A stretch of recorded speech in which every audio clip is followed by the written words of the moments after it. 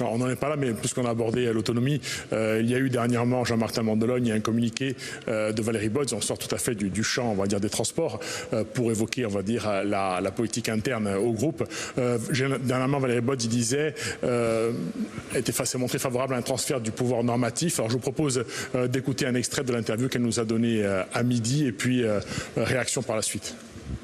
Moi, ce que je dis, c'est que je suis favorable à un travail. Bien sûr, il y a des débats au sein du groupe. Bien sûr, il y a des débats avec les groupes nationalistes. Mais les nationalistes ayant acté la volonté de faire évoluer leur délibération, moi, je suis de celles qui veulent aussi acter une volonté d'évolution. Et nous devons peser, nous aussi, dans ces questions institutionnelles. Donc, je ne suis pas fermée aux discussions. C'est ce que je dis à l'intérieur du groupe. C'est ce que je dis aux autres groupes. Et c'est une question, y a-t-il un transfert ou non de la compétence législative? Le président de la République lui-même a été ouvert à transférer la compétence normative à l'Assemblée de Corse. Laurent Marcangel a précisé ce qu'il entendait par ce transfert. Donc aujourd'hui, nous devons travailler pour essayer de trouver un accord sur ces questions-là.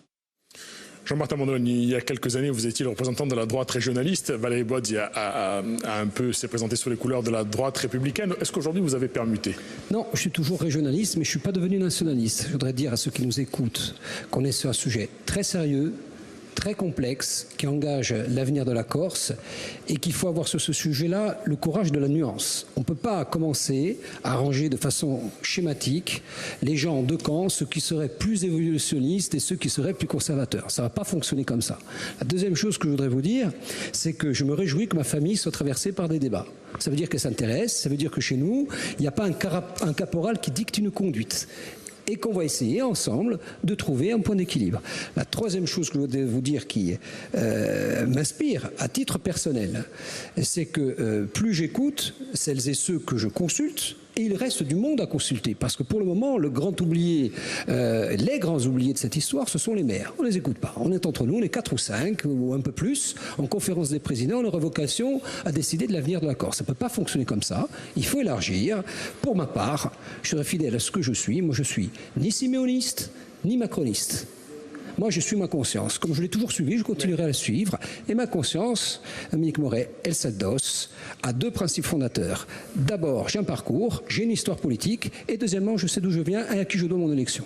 Quoi qu'il en soit, le pouvoir normatif, c'est ce que demandent les nationalistes. Vous n'étiez pas d'accord au début. Lorsque Pierre Diong, qui était dans votre groupe, est allé sur cette position-là, vous ne l'avez pas mis dehors, mais par la suite, il est parti. Est-ce qu'aujourd'hui, on en est à ce niveau de tension au sein du groupe? Dominique Moret, on se paie de mots.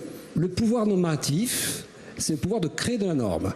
Lorsque l'on dit qu'on va expérimenter ou qu'on va adapter la loi, c'est de la création de normes. Donc on est dans le pouvoir normatif. Le pouvoir normatif, il a des nuances. Ça peut aller jusqu'à la proposition qui est fixée par le Conseil exécutif, c'est-à-dire de produire de la loi uniquement sous le contrôle du Conseil constitutionnel. C'est le modèle abouti.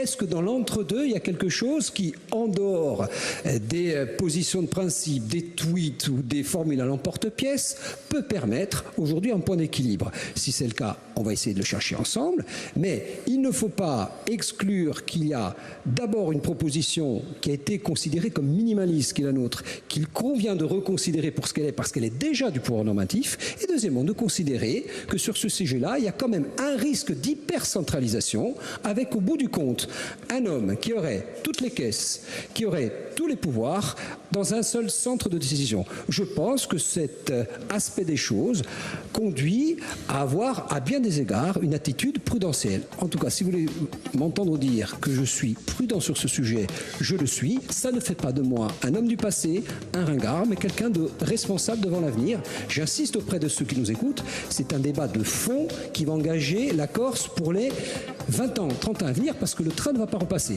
Ça exige un peu de nuance et ça doit nous conduire à éliminer toute tentative de schématisation de caricature. Merci Vanina Bolromei, merci Flora Mattei.